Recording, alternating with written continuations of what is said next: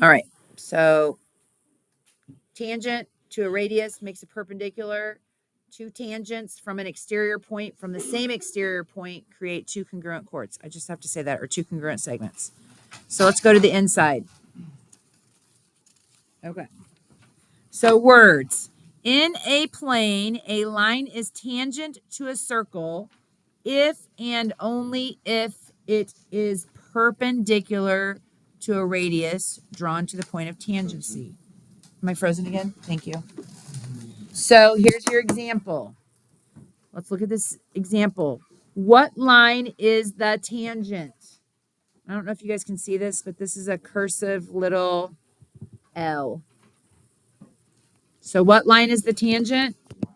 Yeah, line L is tangent to circle S if the line is, if what line? If line, and I'm going to call it ST. I'm going to put a segment bar over it because it's really a segment. If segment ST is perpendicular to, what do you guys want to call this segment? YX. Okay. So the measure of angle STX is, well, if it's perpendicular, that means that the measure of the angle is 90 degrees. What is the point of tangency? T.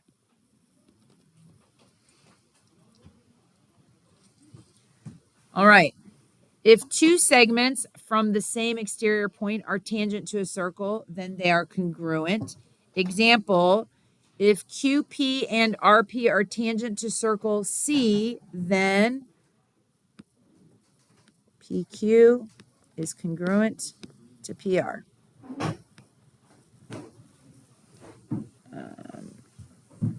Oh, wait, I guess then they are congruent. That's what we're going to put here. Then they are congruent. And right here, we're going to say that PQ is congruent to PR. If you had to find the measure of CP,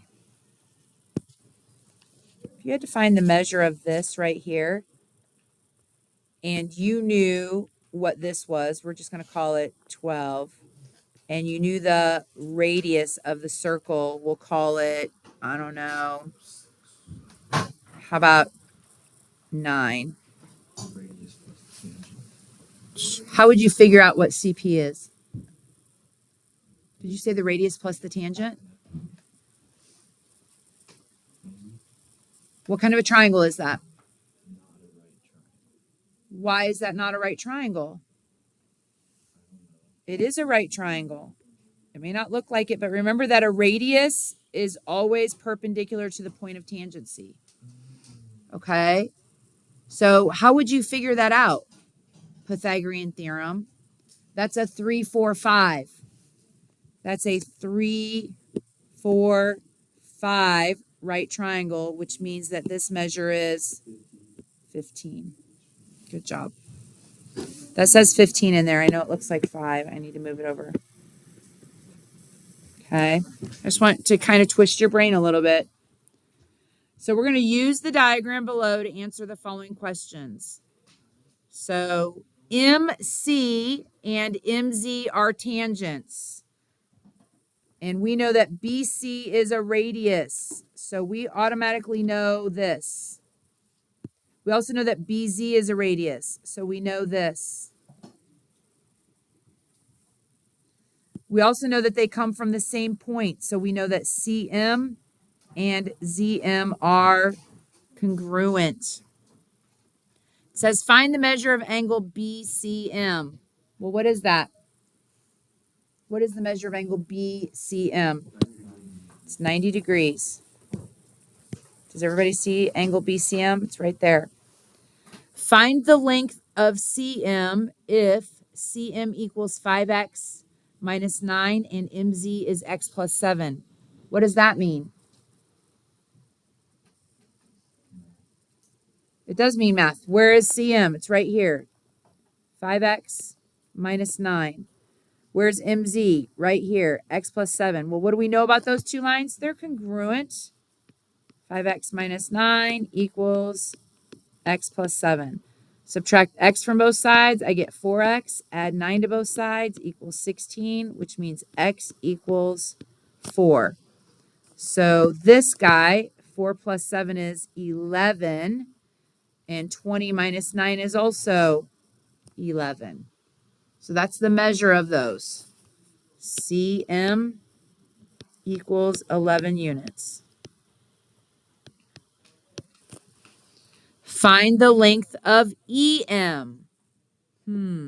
If CM is 12, so now we're changing some measurements. I'm going to do some erasing. CM is 12 and BC is 5.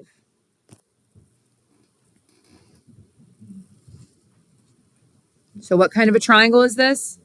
It's a right triangle. This is my hypotenuse. This is another special right triangle. 5, 12, 13. So this whole segment is 13. But this is a radius, which is 5, which means that this is going to be 8. So I'm just going to write 5 squared plus 12 squared equals BM squared. So BM equals 13. But we know that BE equals 5.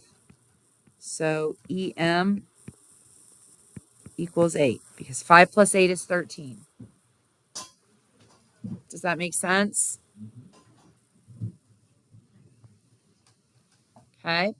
What about, it says if the measure of angle CBM, so that's this angle right here, the measure of angle CBM is 60 degrees, and the measure of CM is 13 root 3. Find the length of BC. I just wrote that special right triangle on the last stuff for you guys. On the last one, I wrote about a special right triangle.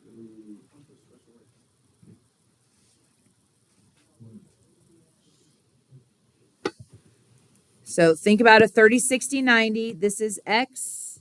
I told you this is 2x. And this is x root 3. So if this side is 13 root 3, then that means that x is what? So BC equals 13. Oops, poop on a stick. Sorry. I think I deleted it. Should we write that down? Yeah, I'm writing it down right now. BC equals 13 because I'm going to draw a picture of it just so you can see it. If this is 60, this is x, this is 2x, and this is x times the square root of 3. You have to remember that. This is x root 3.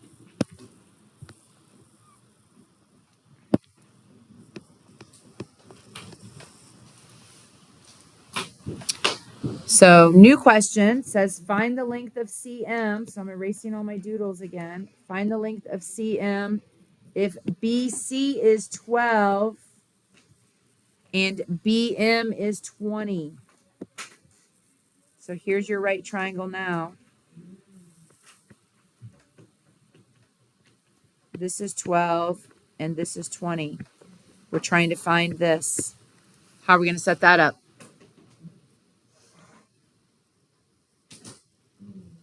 Guys, are you with me? Come on, this is Pythagorean theorem. We already know the hypotenuse. We're trying to find a leg. How am I going to set it up?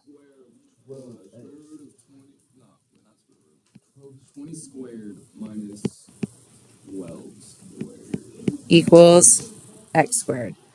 So 400 minus 144 equals x squared. Well, what is that? 256? What is the square root of 256? I think it's 16, isn't it? Can someone check it? Yeah. Okay. So cm equals 16. Find the length of xe. That's the diameter. Xe is a diameter. Do you guys see that? Xe is a diameter. So it says find the length of xe. That's your diameter. If BM is 25, that's a hypotenuse, and ZM is 20. That's a leg. So let's think about this. Let's draw this out.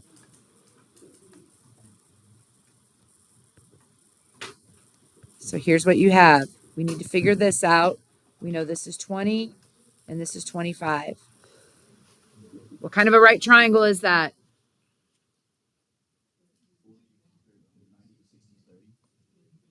It's a special Pythagorean triple.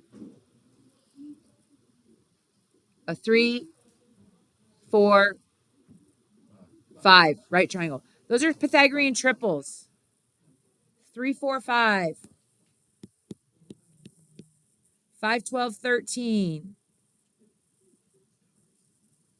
These are the most famous Pythagorean triples in the world, and they're used all of the time. And the reason that they're used is because they work as well as any multiple. So whenever I see numbers that are close to that, like 20 and 25, I just think to myself, oh, well, this has to be from a 3, 4, 5, because 5 times 5 is 25. 4 times 5 is 20. So that means that 3 times 5 is 15. So this little guy right here, BZ, this is 15. That's a radius. So if this is 15, then this is 15. So XE equals 30. Do you guys see that?